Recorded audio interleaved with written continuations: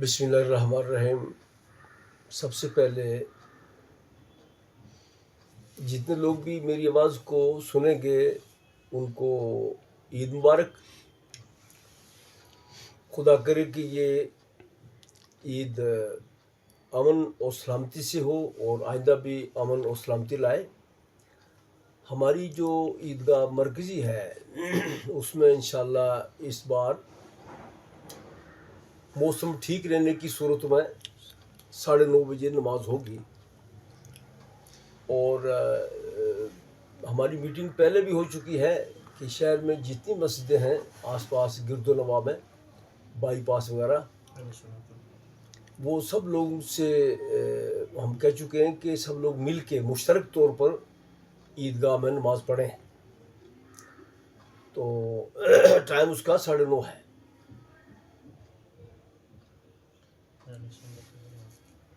حضرات، چونکہ یہ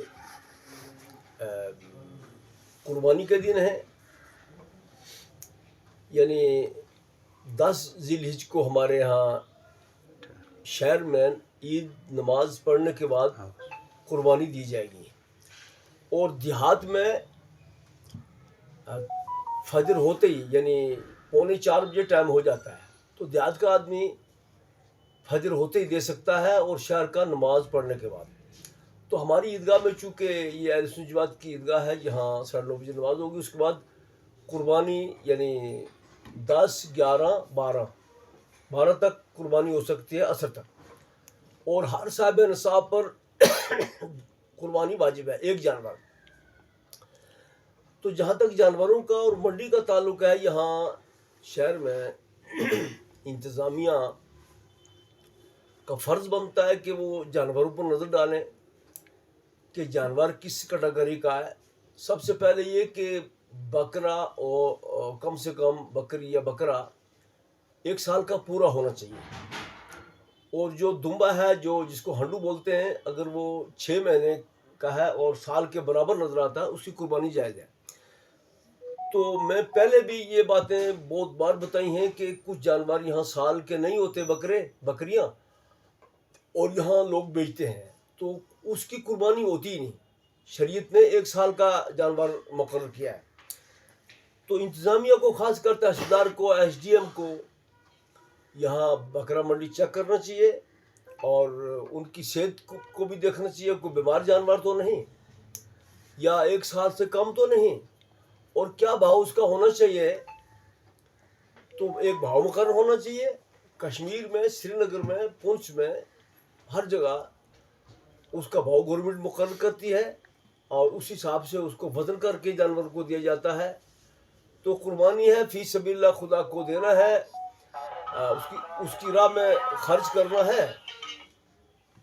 تو کوئی لوٹ مار کا مسئلہ نہیں ہے۔ ہاں، اگر خریدار نے اپنی مرضی سے کچھ پیسہ زیادہ دے دیا مال والے کو، تو یہ اس کی مرضی ہے، اچھا ہے، لیکن جو جائز پیسہ ہے اس سے زیادہ پیسہ لینا منع ہے۔ دوسرا یہ کہ جو جنہوں کو بھی میں نے یہاں کئی بار عرض کیا ہے کہ شہر میں صفائی نہیں ہے، شہر میں بڑی گندگی ہے، شہر میں جو خاص کر جو یہ پارکنگ کا سسٹم ہے، گاڑیوں کا سسٹم ہے، کوئی اچانک کوئی مسئلہ بن جاتا ہے، کوئی بیمار ہو جاتا ہے، یا کوئی افراتفری، یا خدا نہ کرے آگ لگتی ہے، تو کیسے لوگ گزریں گے؟ اس شہر میں بالکل کوئی نظام نہیں ہے۔ گورنر تک میں یہ بات کہنا چاہتا ہوں کہ اس شہر کے نظام کو ٹھیک کیا جائے، اور تحصیل والوں کو تھوڑا کسا جائے کہ وہ اس پر دھیان دیں، چیک کریں، سبزیاں چیک کریں، دوسرے اناج چیک کریں، بکرا چیک کریں۔ ماحول، پانی کی بڑی پرابلم ہے یہاں لوگوں کو، بجلی کی بڑی پرابلم ہے یہاں لوگوں کو۔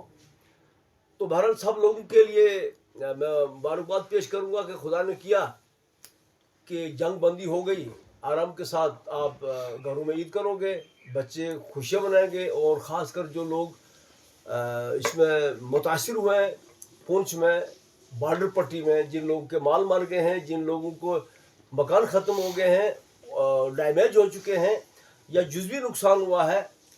تو جو لوگ قربانی دے رہے ہیں ان سے میری گزارش ہے کہ ان لوگوں تک بھی قربانی کا گوشت پہنچائیں، ان غریبوں کو بھی ان کا تعاون کریں، حکومت بھی ان پر نظر ڈالے اور ان کا کیا نقصان ہوا ہے اس قربانی کے موقع پہ،